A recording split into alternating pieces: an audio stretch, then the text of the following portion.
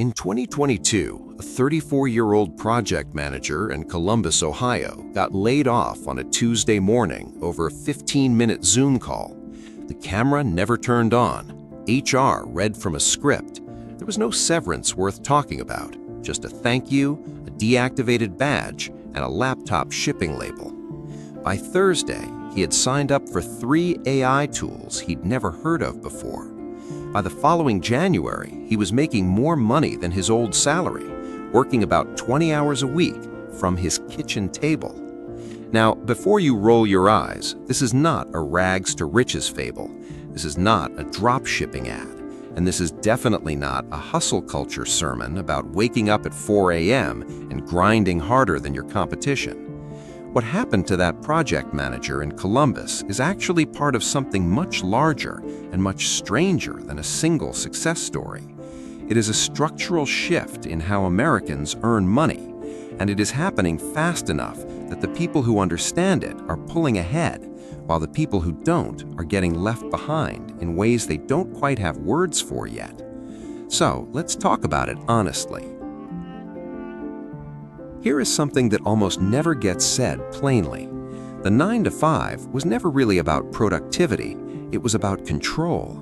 Not malicious control necessarily, just the practical reality that for most of the 20th century, work required physical proximity.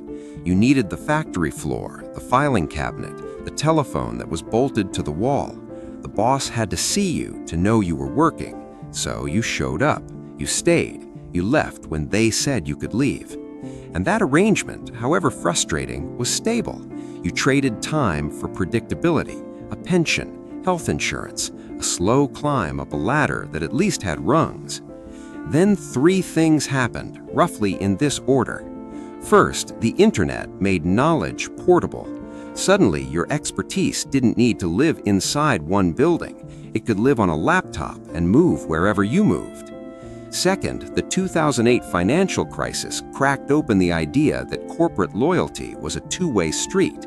Companies realized they could do more with fewer people, and many of them never forgot that lesson. Third, and this is the one that changed everything, artificial intelligence stopped being science fiction and became a Tuesday afternoon productivity tool. Right now, in 2025, roughly 58 million Americans do some form of freelance or independent work.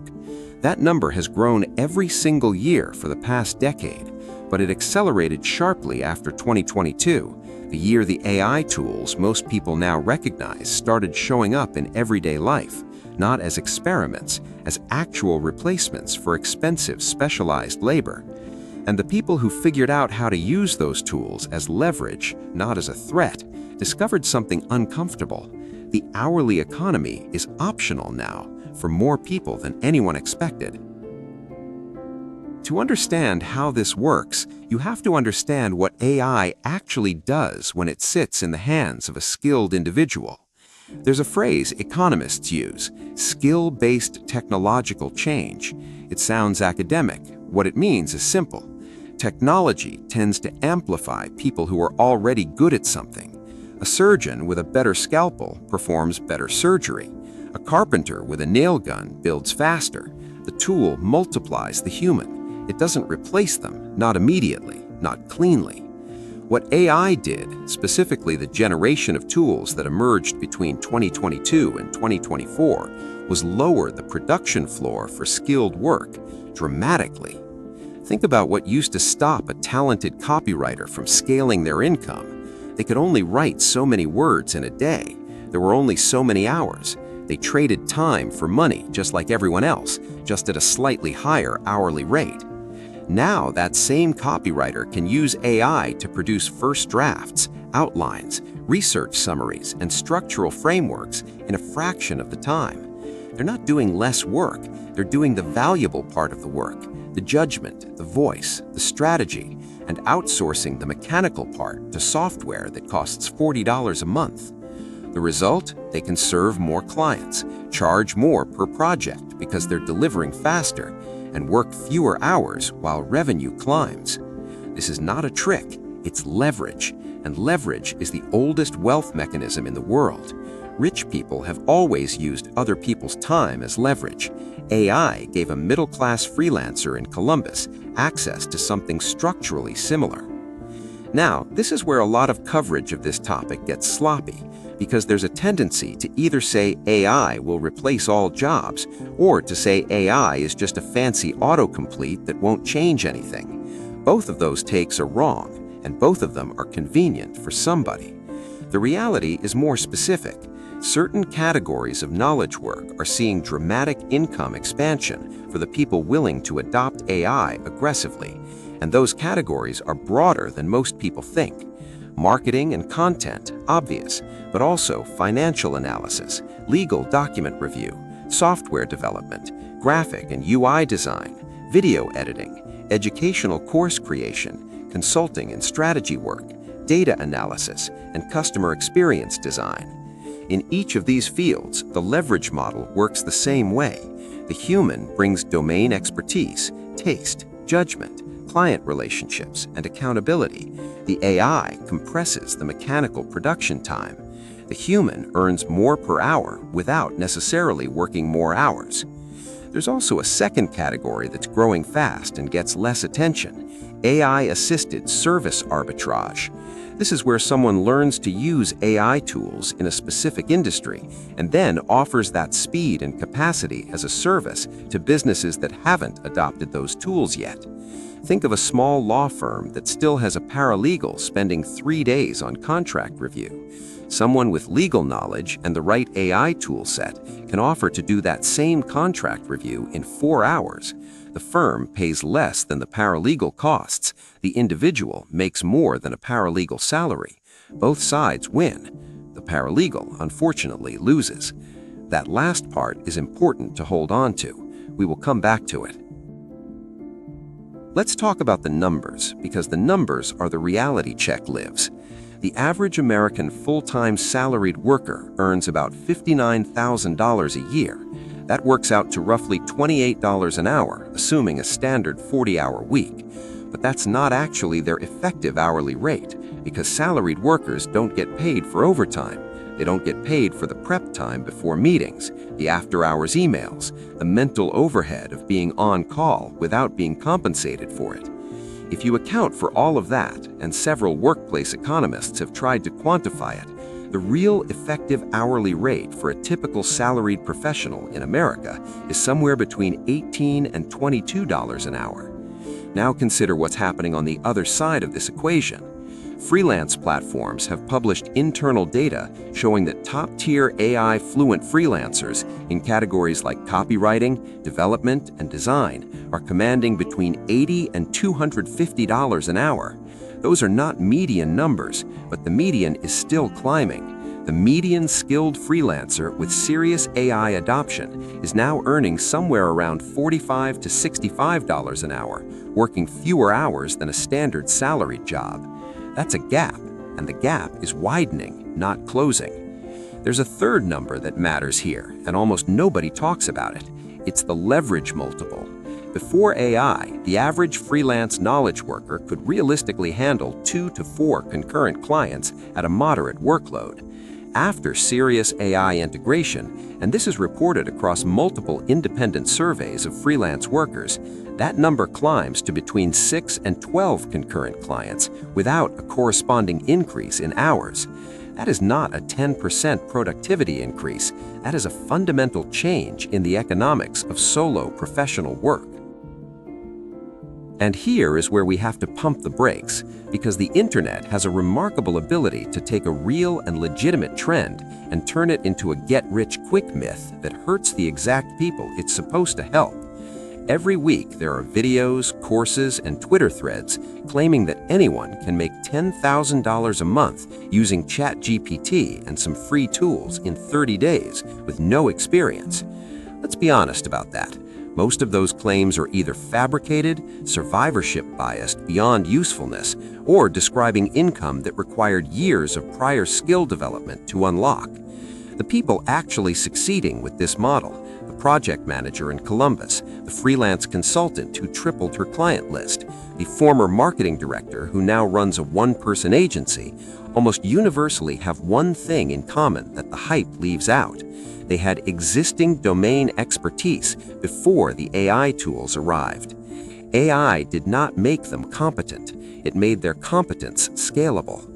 A person with no writing experience using an AI writing tool does not produce the same output as a professional copywriter using an AI writing tool.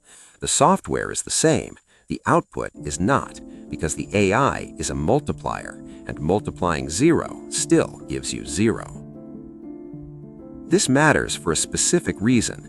The most dangerous version of this story is the one where someone quits their job based on the hype, invests in courses and tools, spends 6 months building nothing, and ends up worse off than before.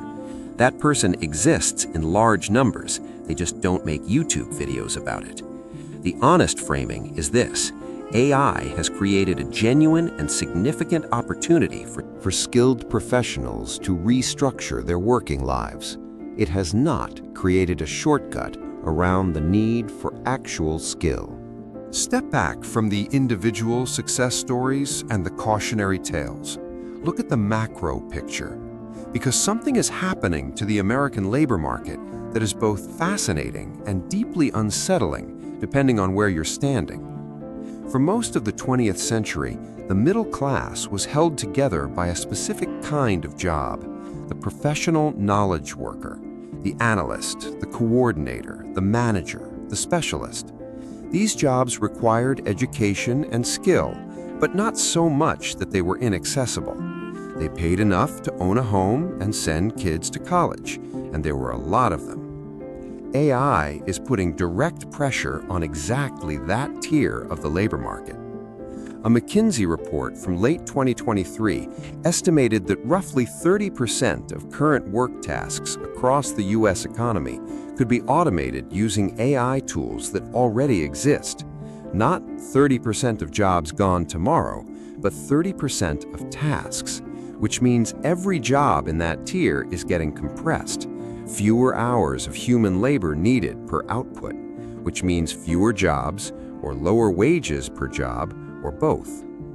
The people who are escaping this compression are, almost without exception, people who repositioned themselves before the compression arrived. They became the human in the loop rather than the task being looped around. But here's the part that doesn't get said enough. That repositioning is not equally available to everyone. The 34-year-old project manager in Columbus, Ohio, had a college degree, 12 years of professional experience, a savings buffer that gave him time to experiment, and enough technological fluency to pick up new tools quickly. He was, by several measures, already privileged in the labor market before any of this happened.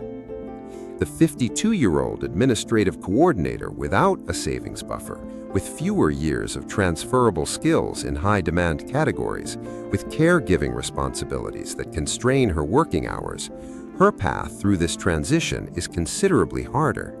And the safety nets that would historically have caught her, union protections, defined benefit pensions, stable career ladders, have been eroding for 30 years. So the uncomfortable truth underneath the escape the 9-to-5 narrative is this: the people best positioned to escape it are often the people who were already doing reasonably well inside it. Let me show you the architecture here, because it explains both the opportunity and the danger. We are living through what you might call the unbundling of the corporation. For most of the last century, the corporation was the most efficient vehicle for organizing complex work. It bundled together a bunch of different skills: sales, operations, finance, production, legal, marketing. The bundling was inefficient in a lot of ways, but coordination costs were so high that it made sense to keep everything inside the company walls. AI is demolishing coordination costs. It is now possible for a single person to manage client relationships, produce high-quality deliverables, handle basic accounting, run marketing, and scale their output with a combination of AI tools that collectively cost a few $100s a month. That is what a corporation used to do, with departments and managers and layers of overhead. The corporation is not disappearing, but its monopoly on complex professional output is ending. And what is replacing it, in part, is a growing class of hyper-capable solo operators and micro firms, 2 to 5 people with massive leverage from software. This is not new as a concept. Economists have been describing the death of the firm in various forms since the 1990s, but the tools required to actually make it work at scale did not exist until very recently. Now they do, and adoption is accelerating. The platforms enabling this, the freelance marketplaces, the payment infrastructure, the project management tools, the AI assistants, are quietly becoming the labor market infrastructure of the next decade. They are, in a very real sense, the new HR departments, the new staffing agencies, except they take their cut without offering benefits, stability, or protection. That trade-off is the deal at the center of this whole phenomenon: more autonomy, less security. If you zoom out far enough, there are 3 scenarios for where this goes. In the optimistic version, AI tools democratize access to high-quality professional services. The small business owner who couldn't afford a marketing firm can now access AI-fluent freelancers at a fraction of the old cost. The skilled professional in a mid-sized city doesn't have to relocate to San Francisco to access high-value clients. The labor market becomes more fluid, more meritocratic, and more resilient. Some of that is already happening. There is genuine evidence of it. In the neutral version, the gains are real but unevenly distributed. A new class of highly productive solo operators captures an outsized share of the value. Corporations adapt more slowly than predicted, but eventually rebuild moats using proprietary AI systems. The middle tier of the labor market shrinks, but not catastrophically. Most people adjust, slowly and painfully, without quite understanding what they adjusted to. That is probably the most likely near-term scenario. In the pessimistic version, the speed of disruption outpaces the labor market's ability to adapt. The people best positioned to benefit are already wealthy or highly skilled. The safety nets, health insurance tied to employment, retirement accounts tied to employer contributions, housing costs that require stable income, do not bend fast enough to accommodate a workforce where a quarter of people are stitching together income from 6 different sources. The atomization of work turns out to be loneliness and instability dressed up as freedom. That version is not hypothetical. For a significant number of people, it is already the present tense. Here's where we land. The story about Americans escaping the 9-to-5 with AI is real. The mechanism is real. The numbers for a specific subset of skilled professionals who moved early and moved smart are genuinely impressive. But the story has a shadow. Every person who successfully exits the traditional employment system is, in a small way, withdrawing from the collective bargain that made that system function. The taxes that fund social insurance, the labor market density that keeps wages from collapsing, the institutional knowledge that corporations, for all their flaws, actually do carry and transmit across generations. None of that is an argument for staying in a system that is clearly changing around you whether you want it to or not. The floor is moving. Standing still is still a choice.